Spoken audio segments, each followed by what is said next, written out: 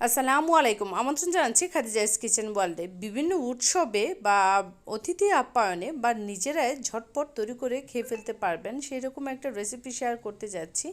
হ্যাঁ, দেখে নিশ্চয়ই বুঝতে পারছেন মাংসের পুলি পিঠাটা তৈরি করে দেখাবো। রান্না করা মাংস থেকে কিন্তু এখানে যে মাংসটা আছে সেটা উঠিয়ে নেওয়া হচ্ছে। গরুর মাংসের এই পুলি পিঠার যে রেসিপিটা আজকে আমি আপনাদের সাথে শেয়ার করছি সেটা আমি আসলে তৈরি করছি না, এটা আমার মার হাতের পিঠাটা তৈরি করা হচ্ছে। সেই রেসিপিটাই আপনাদের সাথে শেয়ার করতে যাচ্ছি। আশা করছি রেসিপিটা আপনাদের ভালো লাগবে। রান্না করা মাংস থেকেই কিন্তু মাংসটাকে উঠিয়ে ব্লেন্ড করে নিতে হবে। আপনার চাইলে পাটায় বেটে নিতে পারেন।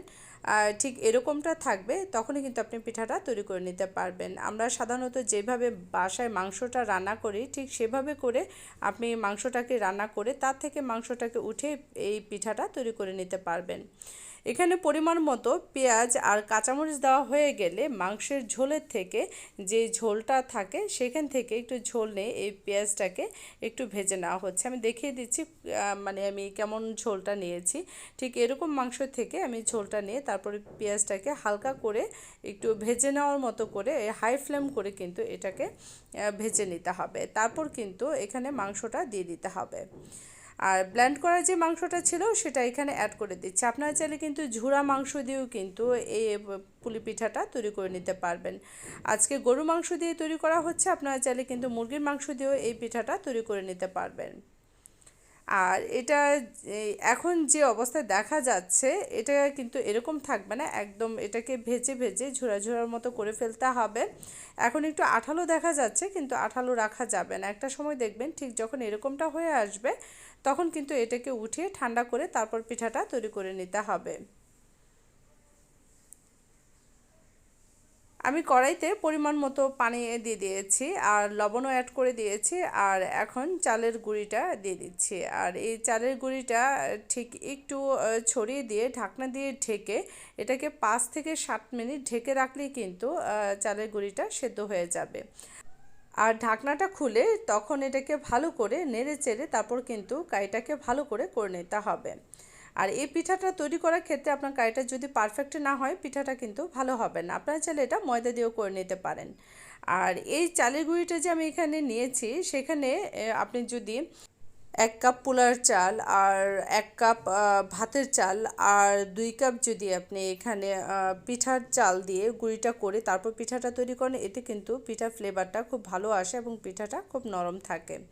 আর এটা ভালো করে মথে নেওয়া হয়ে গেলে রুটির মতো করে নিতে হবে। আর আমি দেখিয়ে দিচ্ছি এটা ডাইসে করে আপনি কিভাবে পিঠাটা তৈরি করে নেবেন। এই পিঠাটা তৈরি করা খুবই সহজ। ঠিক এইভাবে একটা সাঁচের মতো ভিতরে ঢুকিয়ে দিয়ে একটু চাপ দিলেই কিন্তু পিঠাটা খুব সহজেই হয়ে যাবে। যাদের কাছে এই পিঠা বানানোর সাজটা না থাকবে সেই ক্ষেত্রে কিন্তু আপনারা কিভাবে খুব সহজে হাতেই পিঠাটা তৈরি করে নিতে পারবেন সেটা দেখিয়ে দিচ্ছি। মাংসের পুরটা ভিতরে দিয়ে ঠিক এভাবে করে একটু চাপ দিয়ে দিয়ে ছুরি দিয়ে কেটে নিলেই কিন্তু মাংসের পিঠাটা খুব সহজেই হয়ে যাবে। আর এটা আপনারা চাইলে তেল দিয়েও ভাজতে পারেন, আমার তেল ছাড়াও কিন্তু ভেজে নিতে পারেন। তেল ছাড়া যদি আপনি ভেজে নেন তাহলে লো ফ্লেম করে দিয়ে পিঠাটাকে প্যানের মধ্যে দিয়ে ঢাকনা দিয়ে ঢেকে 5 মিনিট পর আবার উল্টিয়ে দিয়ে আবার ঢাকনা দিয়ে ঢেকে ওভাবে কিন্তু আপনার তেল ছাড়া পিঠাটা তৈরি করে নিতে হবে। আর আমি তেলের মধ্যে ভেজে নেব, পরিমাণ মতো তেল দিয়ে দিয়েছি। আর এখানে কিন্তু হাই ফ্লেম করে পিঠাটা ভাজতে যাবেন না, এতে করে কিন্তু উপর দিয়ে পুড়ে যাবে। আর এটা ভিতরে হওয়ার কিছুই নেই, কারণ পুরটা কিন্তু ভিতরে একদম তৈরি করা। তাই আপনি মিডিয়াম ফ্লেম করে পিঠাটাকে ভেজে নিতে পারেন। আপনি চাইলে কড়া ভাজাও করে নিতে পারেন, আবার কেউ চাইলে হালকাও ভেজে নিতে পারেন। অনেক সময় দেখা যায় চালের গুঁড়ি দিয়ে এই পিঠাটা তৈরি করলে অনেকগুলো পিঠা বানানোর পর তারপর যদি সেটা ভেজে নেওয়া হয় অনেক সময় সেই পিঠাটা ফেটে যায়। ঠিক এই যে এরকম একটা পিঠা আমার ফেটে গেছে। আর আপনারা ঠিক সেটা করতে যাবেন না, এটা বানিয়ে নেওয়ার পর সাথে সাথে ভেজে নেওয়ার চেষ্টা করবেন। আর যদি আপনারা এটাকে স্টোরেজ করে রাখতে চান সেই ক্ষেত্রে আপনারা ময়দা দিয়ে যদি তৈরি করেন তাহলে এটা আপনার ডিপ ফ্রিজে সংরক্ষণ করেও কিন্তু এই পিঠাটা খেতে পারবেন। আর এই পিঠাটা হয়ে গেলে আমি এটা উঠিয়ে নেব। আর আমি এটাকে কতটুকু ভেজেছি সেটা আপনারা দেখেই বুঝতে পারছেন। আর এভাবে করে আমি সবগুলো পিঠা ভেজে নিয়েছি। আজকের রেসিপিটা ভালো লাগলে সাবস্ক্রাইব করে আমার পাশেই থাকবেন। এরকমই নিত্য নতুন রেসিপি পেতে নোটিফিকেশন বেলটি অন করে রাখবেন। এই পিঠাটা যদি আপনারা ময়দা দিয়ে তৈরি করেন সেটা কিভাবে করবেন সেটা বলে দিচ্ছি। ময়দার মধ্যে পরিমাণ মতো লবণ দিয়ে একটু মাখিয়ে নিয়ে একটু তেল দিয়ে তারপরে নর্মাল পানি দিয়ে একটা ডো তৈরি করে নিতে হবে। খুব বেশি শক্ত না নরমও না, ঠিক এরকম একটা ডো তৈরি করে নিয়ে আর বাকি প্রসেসটা একই থাকবে। আপনারা চাইলে ময়দা দিয়ে ওই পিঠাটা তৈরি করে নিতে পারেন। রেসিপিটি ভালো লাগলে বেশি বেশি করে শেয়ার করতে ভুলবেন না। আর আপনার একটা ভালো কাজ অন্যের জীবন বাঁচাতে পারে, তাই বেঁচে যাওয়া খাবারটি ফেলে না দিয়ে অন্যকে খেতে দিন। নিজে ভালো কাজ করুন, অন্যকে ভালো কাজ করতে উৎসাহিত করুন। আজকের মতো এখানেই, আল্লাহ হাফেজ।